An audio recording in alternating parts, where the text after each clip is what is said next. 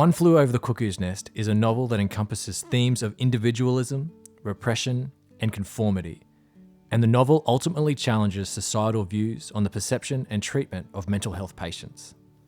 Welcome to my plot summary video for Ken Kesey's novel One Flew Over the Cuckoo's Nest. While this video contains short clips from the 1975 film adaptation, I am solely going to be discussing the plot summary of the novel in this video. Set in the 1950s in Oregon, the novel is narrated by the seemingly mute Chief Bromden, a 10-year resident of the Oregon Psychiatric Facility. Bromden is half Native American and a US Army veteran of World War II, and it becomes evident that he suffers regularly from hallucinations and paranoia, likely due to schizophrenia and PTSD. Within the psychiatric facility, the mental patients are divided into the acutes, who can be cured, and the chronics, who cannot. The ward is run by Nurse Ratchet, who rules the facility with an iron fist. Cold, mechanical, and sadistic, Nurse Ratchet systematically manipulates the inmates into conformity. During their daily group therapy, Nurse Ratchet encourages the patients to gang up on one another, pointing out each other's shortcomings and ultimately shaming them all into submission. The story is set in motion when the protagonist, Randall McMurphy, arrives to the ward as a transfer from the Pendleton work farm. McMurphy is happy to pretend that he's insane in order to save himself from the hard labour of the work farm. McMurphy is a self-confessed gambling man with a zest for women and cards, and his swagger and individuality are traits that aren't seen on the ward. After witnessing the emasculating nature of Nurse Ratchet's group therapy, McMurphy is determined to undermine her authority and makes a bet with the patients that he can make Ratchet lose her temper within a week. Initially, McMurphy's unsuccessful confrontations with Ratchet provide entertainment for the other patients. However, his unflinching insubordination eventually inspires rebellion amongst the patients. McMurphy rails against Ratchet's decision to not allow the patients to watch the World Series during the time allotted for cleaning chores, and he stages a protest sitting in front of a blank TV screen, cheering for an imaginary game. One by one, the other patients join McMurphy in protest, until Nurse Ratchet screams at them all in utter frustration. McMurphy's public victory only serves to encourage his rule-flaunting behaviour, at least until he realises that involuntarily committed patients, such as himself, must stay in the hospital until the staff have deemed them cured.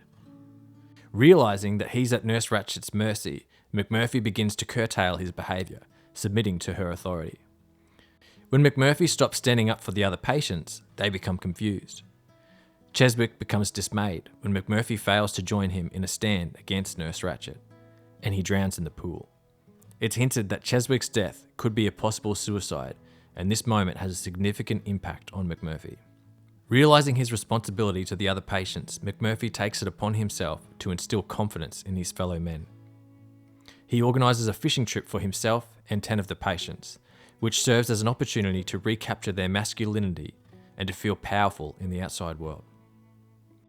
The experience achieves exactly that for the patients, with Bromden stating, "They could sense the change that most of us were only suspecting. These weren't the same bunch of weak knees from a nut house they'd watched take their insults on the dock earlier this morning." Back on the ward, McMurphy reignites rebellion by getting into a fistfight with the aides, defending George Sorensen against their brutal and unjust behaviour. Chief Bromden joins the fight, and both he and McMurphy are sent to the disturbed ward for electroshock therapy.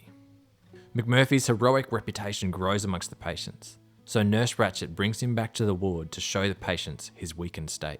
Determined to uphold his reputation amongst the patients, McMurphy acts as if the treatments have had no effect on him. One night, McMurphy bribes one of the night aides, and he sneaks candy into the facility. While the patients party and drink and smoke marijuana, Candy has sex with Billy, who is a virgin. When the staff discover the mess the following morning, all hell breaks loose. When Nurse Ratchet finds Billy with Candy, she shames him and threatens to tell his mother. Hysterical that his mother would find out, Billy commits suicide in front of everyone, which sets McMurphy into a rage. McMurphy attacks Nurse Ratchet, ripping off the front of her dress and attempts to strangle her. As punishment, Nurse Ratchet has McMurphy lobotomized, and he returns to the ward as a vegetable. Chief Bromden becomes distraught and enraged, and he suffocates McMurphy to allow him to die with dignity. Regaining the immense strength that he believed that he'd lost, Chief Bromden escapes from the hospital by breaking a window. What's the message? In a 1980s interview, Kesey was asked, what's the message behind Cuckoo's Nest? Kesey replied, it's the same message that's in all my books, that the small can overcome the big by outsmarting it, with a little luck and a little love. You don't want to take the big force on head on. You've got to slide by him and hit him from behind. Messages about the importance of remaining an individual and not conforming to society's rigid standards are also very notable, not to mention the advocacy of ethical treatment for mental health patients. I hope you enjoyed this plot summary for One Flew Over the Cuckoo's Nest, and I'd love to hear from you if you did. You can watch part 2 of this video by clicking here, where I break down the novel for classroom use, discussing literary devices, author context, and essay ideas. Please leave a comment and let me know what other books you'd like me to cover on this channel, and I'll do my best to get to them.